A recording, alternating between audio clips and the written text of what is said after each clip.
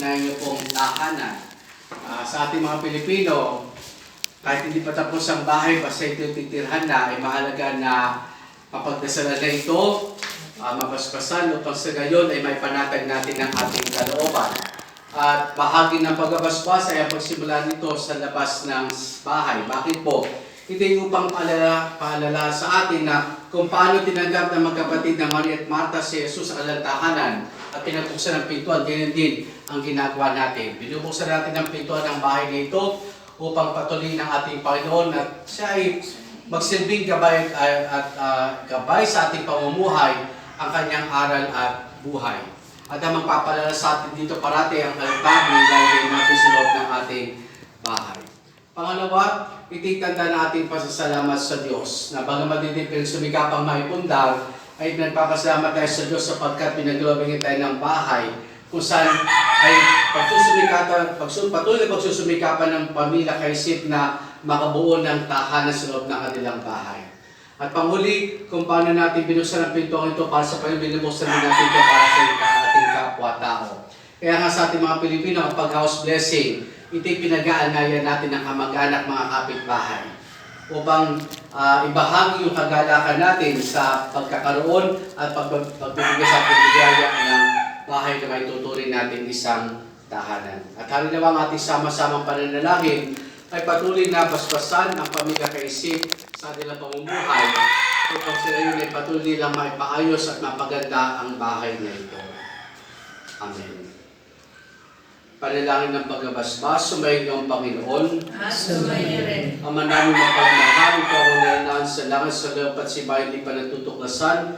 Halina't pagpalain ng bahay na ito na yung magiging tahanan nila. Lukuban mo ito ng banal na Espiritu, palibutan mo ng kapangyarihan ng iyong pagtutok ang bawat sulok nito upang walang masama makapinsan lumapit dito.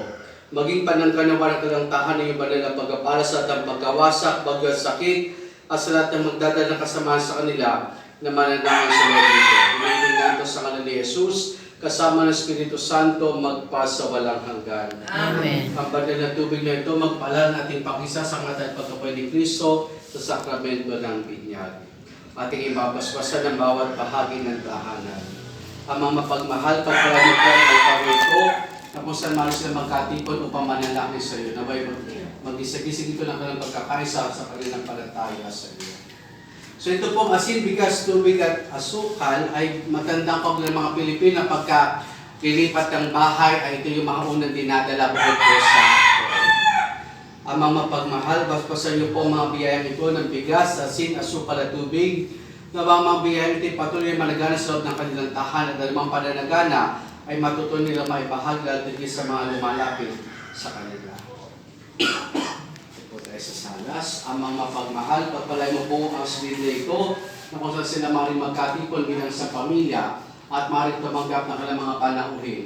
Naway maging mapuno ito parati ng kagalak at kapayapang hatid ng palagiang pagtitipon.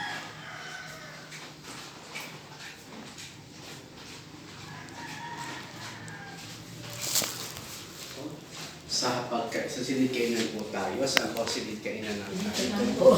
Amang mapagmahal, pagpalay mo po silid kainan na ito, naway maging tanda ng kapalitan ng Diyos na takalang pagkain dito habang pinalulusog sila sa kapagkainan.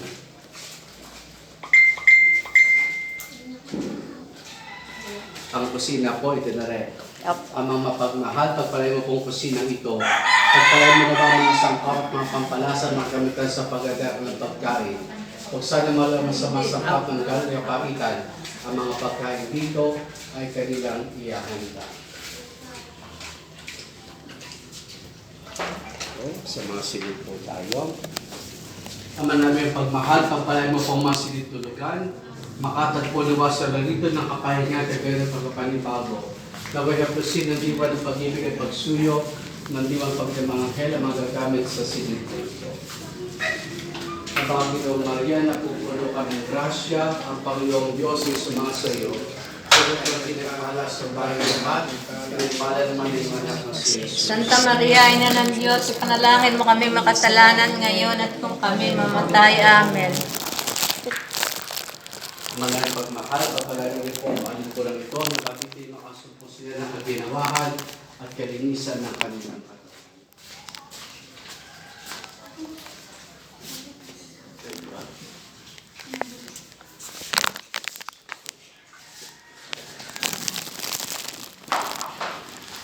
Ang naming pagmahal, pagpalay mo po ang hagdanang ito, nawa sa bawat pagbaba at pag-akyat nila sa hagdanang ito, ingatan sila ng mga anghel de la guardia.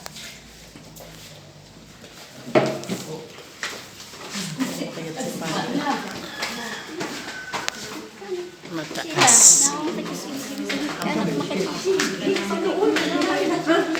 Kaya? Slowly, slowly.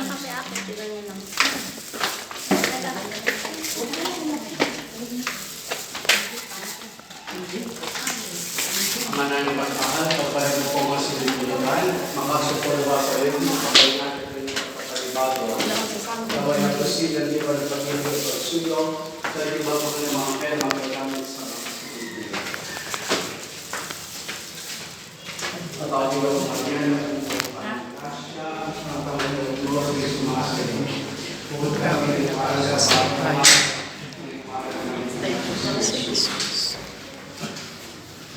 Santa Maria na ng Diyos, panalangin kami ng kasalanan, ngayon at kami mga mahal.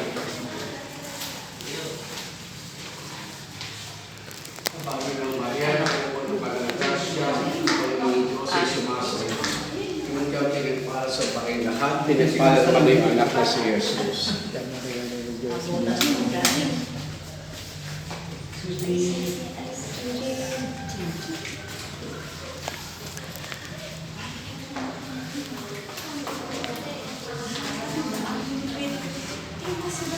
Panginoon, pagpalay mo rin po ang pinatang ito, luwasan ang kanila ng pinigit, makasok po sila ng katimuhan at ingatan mo rin ang mga tao na dito ay mananalig.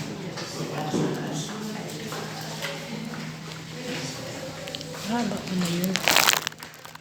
Haba pa na doon. May lusot din na babalik lang.